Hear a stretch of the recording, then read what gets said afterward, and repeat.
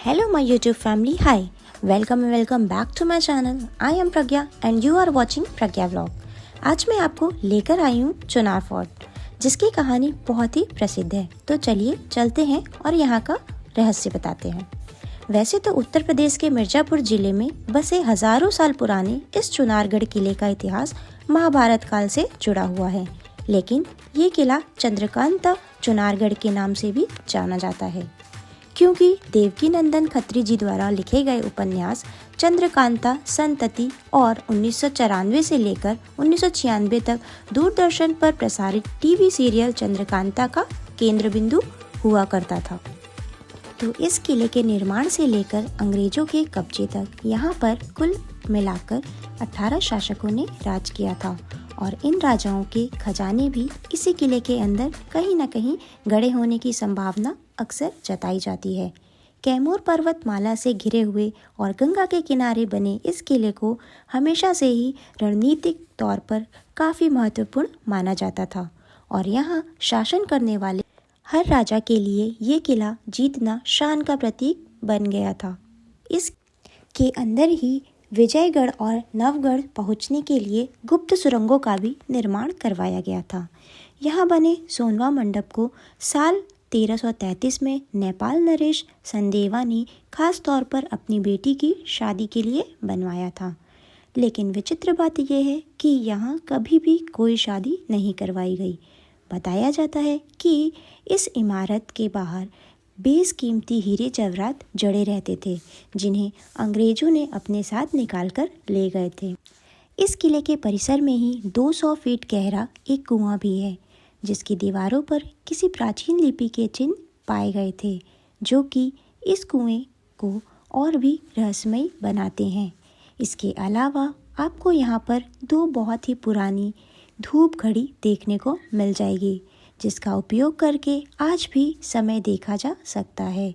यही नहीं बल्कि इस ऐतिहासिक किले के तार आस्था से भी जुड़े हुए हैं।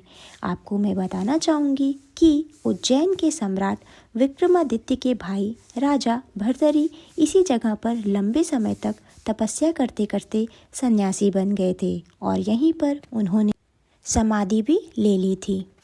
तो आज भी राजा भर्तरी का समाधि इस किले पर मौजूद है, जिसकी अपार शक्ति ने मुगल बादशाह और औरंगजेब को भी झुकने पर मजबूर कर दिया। तो आपकी जानकारी के लिए बता दूं कि इस किले पर चौहान वंश के सुखवीर राजा पृथ्वीराज चौहान, सूर वंश के शेरशाह सूरी, मुगल वंश के बाबर, हुमायूं, अकबर, जहांगीर और औरंगजेब, कलिंजर के मराठा और काशी नरेश समेत और भी कई शासकों का राज रहा था।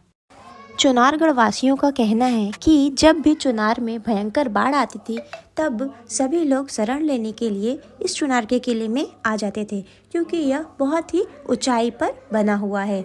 अभी मैं आपको वीडियो में दिखाऊंगी, ये बहुत ही ऊंचाई पर बना हुआ है और यहाँ पर ये एकदम गंगा नदी से सटा हुआ है। फिर भी बाढ़ का पानी इसमें ना आकर दीवार से टकराकर उत्तर की ओर चला जाता है। तो चलिए अब दिखाते हैं। यहाँ पर पहले बड़े बड़े तहखाने हुआ करते थे, जिसमें जिनको फांसी दी जाती थी उससे पहले उनको कुछ दिनों के लिए उसी काल कोठरी में बंद रखा जाता। ये देख सकते हैं, ये वो है काल कोठरी जिसमें उनको बंद रखा जाता था। जिनको फांसी देनी होती थी उसके कुछ दिन पहले वो इसमें रहते थे।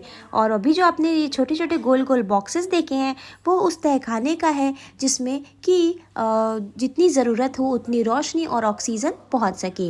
ये देख सकते हैं, ये यहाँ पे सैनिकों के रहने के लिए हुआ करता था, लेकिन जब अंग्रेजों का शासक चला तो उन्होंने इसको कारागार का रूप दे दिया, क्योंकि जो भी उनके खिलाफ बोलता या खड़ा होता था वो उसको इस कारागार में बंद कर देते थे। ये देख सकते हैं, ये यहाँ का कारागार है जो कि अंग्रेजों ने बनाया था, और जो भी उनके खिलाफ खड़ा होता था उसको वो इस कारागार में बंद कर देते थे। और ये अभी मैंने आपको बताया, ये वो है जिसमें फांसी देने से पहले काल कोठरी में उनको बंद किया जाता था। चुनारगढ़ के इस किले में सुरंगों और गहरे तहखानों का एक जाल सा बिछा हुआ है और यहाँ आने वाला हर इंसान ये जानने के लिए बेचैन रहता है कि इस किले के नीचे बंद तहखाने में आखिर क्या है। यहाँ पर कुछ गुप्त सुरंगें ऐसी भी है जो किले को नवगढ़ और विजयगढ़ से जोड़ती है, लेकिन सुरक्षा की दृष्टि से उन सभी सुरंगों को स्थायी रूप से बंद कर दिया गया है। ये देख सकते हैं बच्चे यहाँ पे अक्सर टूर पे आते हैं, स्कूल वाले लेके आते हैं कि उनको कुछ खास जानकारियाँ यहाँ से मिल सके। ये जो इमारत आप देख रहे हैं इसको सोनवा मंडप कहा जाता है। इसको राजा संदेवा ने सन 1333 ईस्वी में बनवाया था, खास तौर पे अपनी बेटी की शादी के लिए बनवाया था।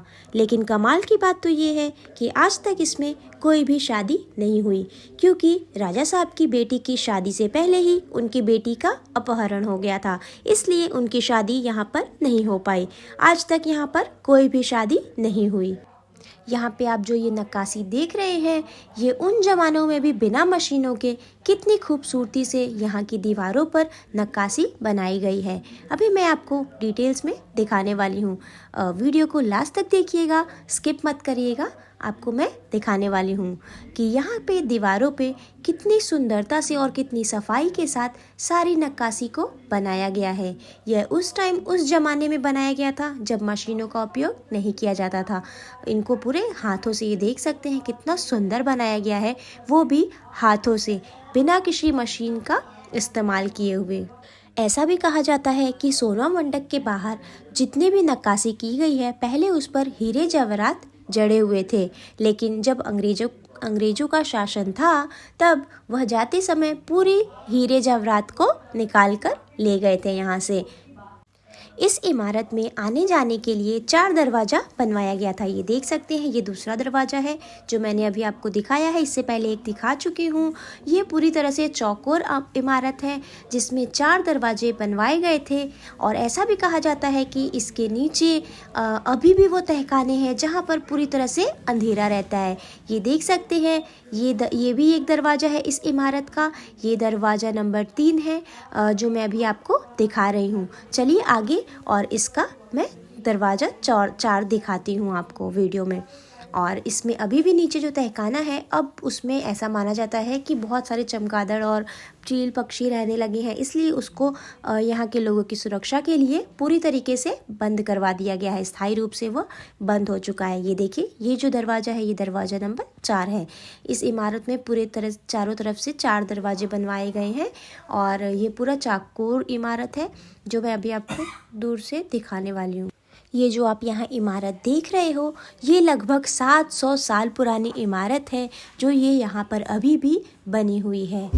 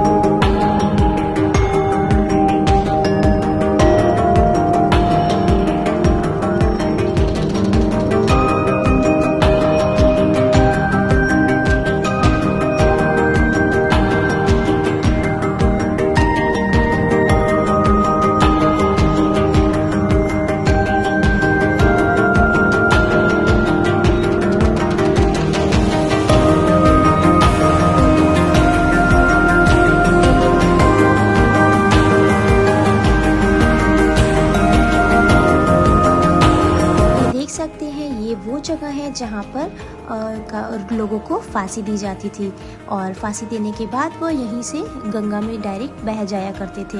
ये देख सकते हैं, ये देखिए वही जगह है, और जो फांसी देता था उसके लिए भी यहाँ पर बनवाया गया था, वो यहीं उसका घर था, पीछे बगल में ही उसके लिए कोठरी बनवाई गई थी जहाँ पर वो रहता था, जो फांसी देता था लोगों को। ये देख सकते हैं, ये वही जगह है।